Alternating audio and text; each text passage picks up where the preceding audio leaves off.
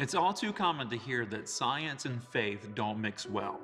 There are lots of people out there hostile to the Christian faith that end up hijacking science in the attempts to use it to make faith in God seem irrational. They say things like science and faith are at odds with one another, that they are contradictory, that science speaks to what is real, whereas religion speaks to merely opinion. But is this a false picture between these two? Are science and faith really at war with one another? After having looked at some evidences for God's existence, showing that belief and faith in God is a reasonable faith to hold, let's now turn to another big question. Does science disprove God's existence? Are they enemies, like some would say, or is science a friend and ally to the Christian faith? Is the universe, as well as ourselves, here by chance or by intelligent design?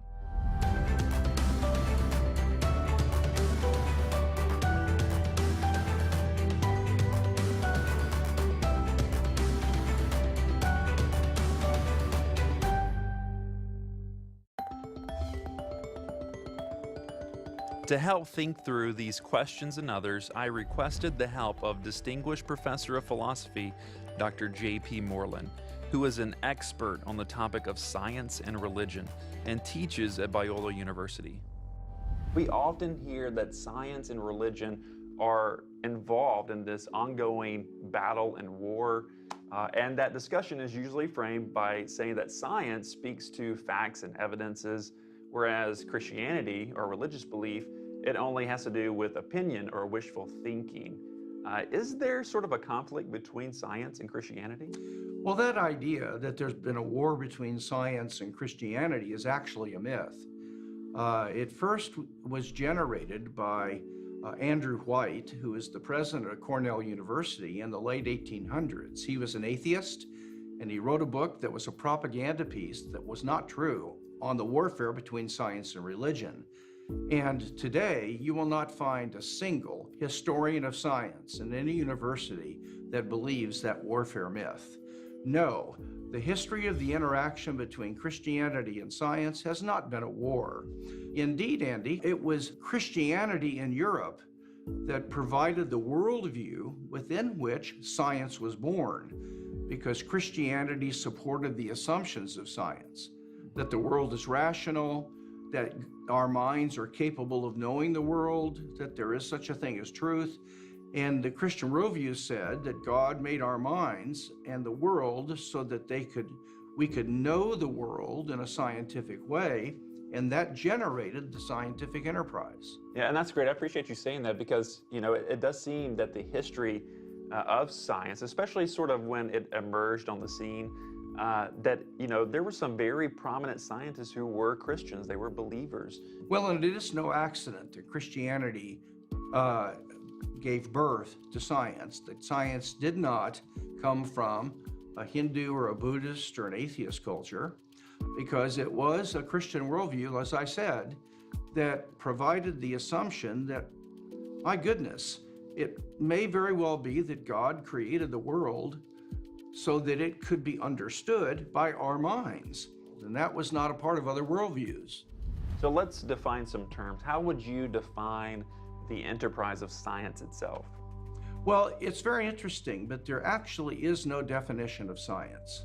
Scholars have tried to define it for 150 years, and they haven't been able to come up with a definition, because there are examples of science that don't fit the definition, and there are examples of history and religion that do fit the definition. So I would say, as a rule of thumb, science is an attempt to understand the physical world by forming hypotheses and testing them against the data. But of course, theologians do the same thing. They form a hypothesis about the resurrection of Jesus, and they see if that best explains the data of history. And lo and behold, they've discovered that, in fact, the best theory to explain the empty tomb and the resurrection appearances of Jesus and the changed lives of the disciples is the hypothesis that Jesus rose from the dead. So we see a parallel between historical and theological explanation, and some occasions of scientific explanation.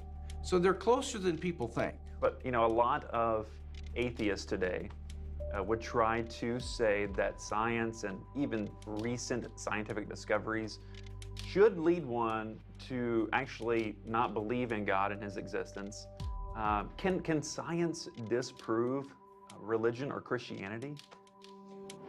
Science cannot disprove the existence of God. It can disprove Christianity. How?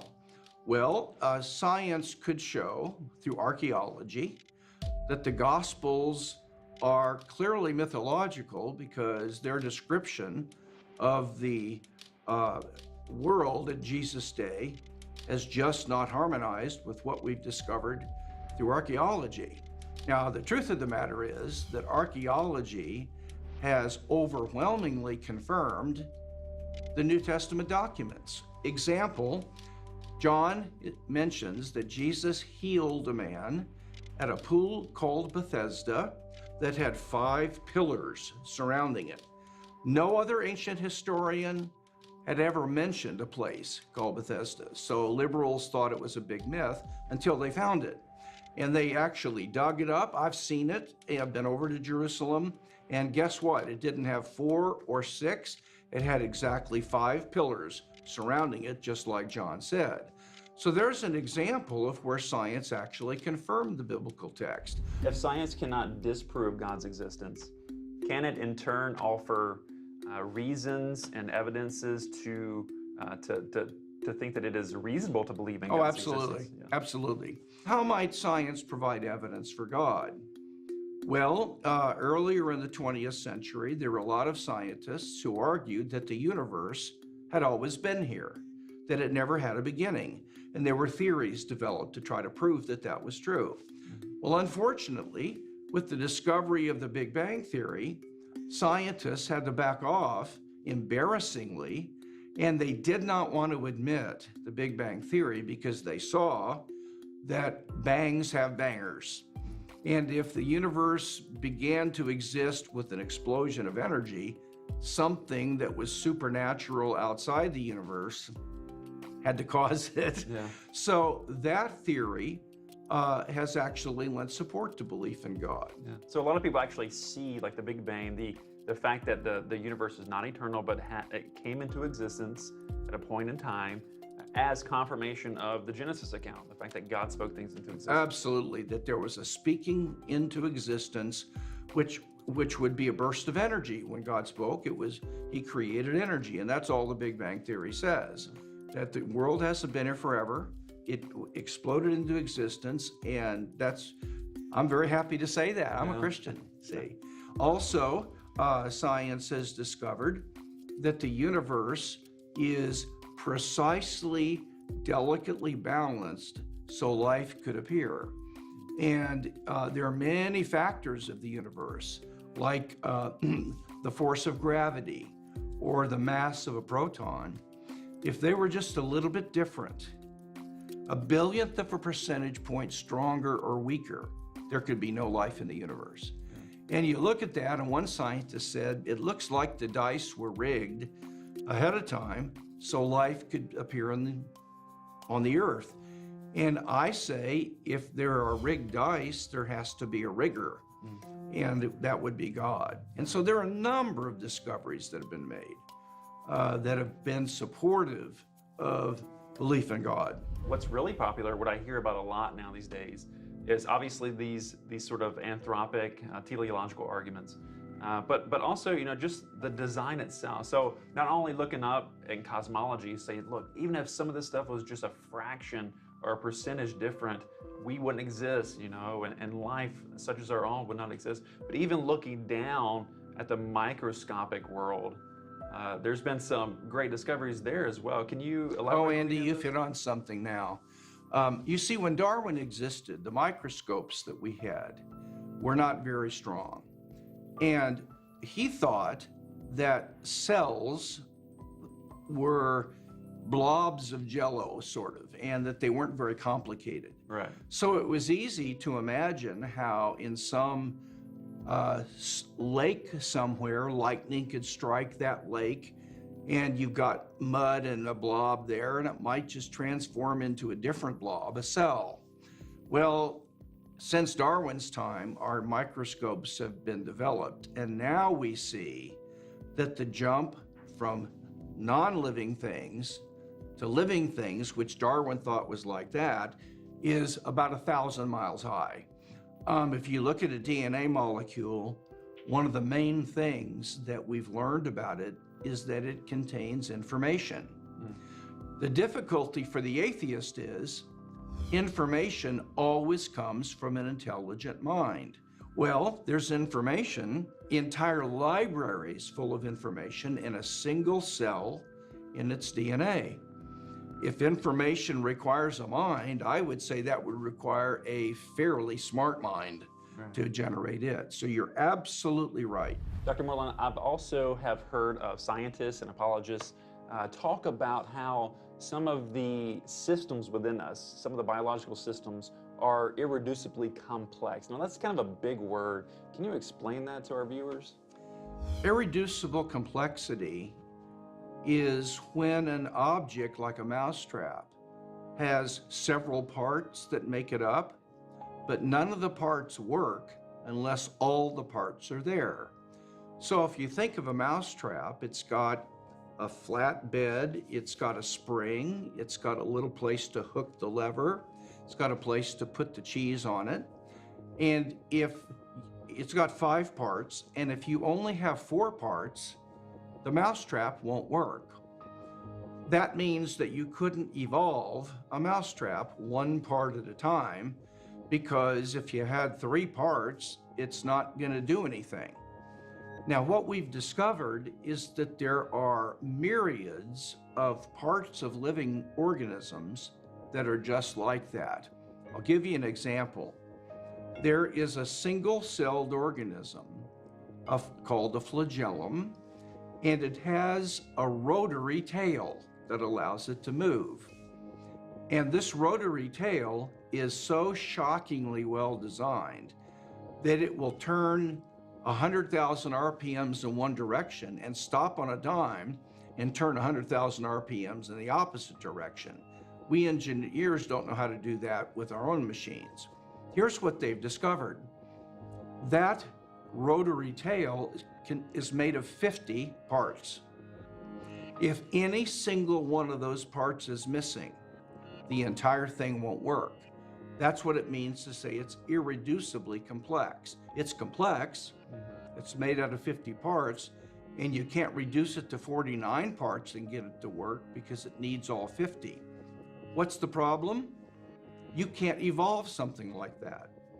Because if you had 27 parts and then you had a mutation that kicked it up to 40 parts, it's not going to help the organism survive because it won't work until they're all there.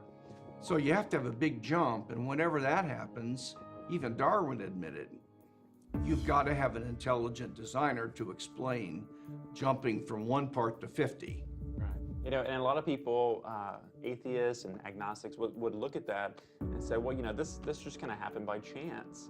And that seems almost comical to me, because it almost kind of comes across as, and you can correct me if I'm wrong here, but almost coming across as if we were just kind of walking along and we discovered something very complex. You know, maybe we just came across a car engine and there's multiple parts, you know, that sort of work together to make this car work. Or even kind of borrowing from William Paley, you know, with the watch, you know, he kind of comes across a watch on the beach, and just by inference, you know, it seems like our natural inclination would be to say that this was intelligently designed, that there was some sort of designer behind this, that there's something different from it and the rest of nature itself. Is that?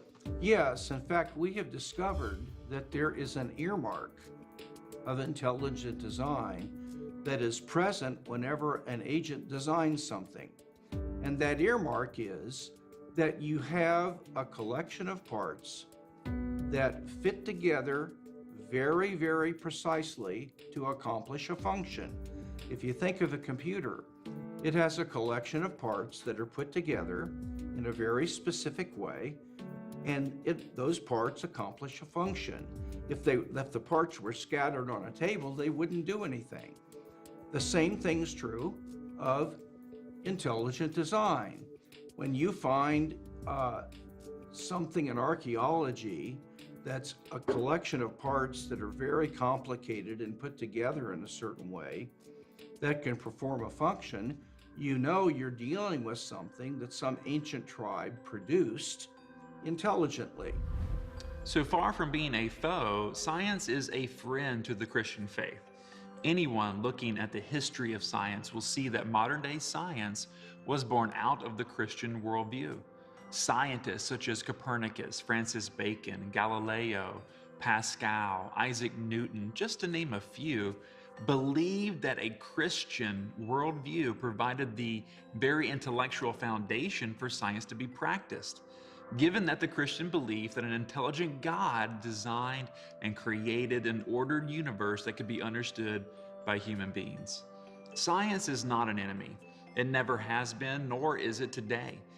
Despite the best efforts from atheists, science itself provides overwhelming support for belief in God. Discoveries from cosmology to biology all reveal not only our universe, but we ourselves are so intricately designed that to believe it all happened by chance would require one to have way more faith than that of a Christian.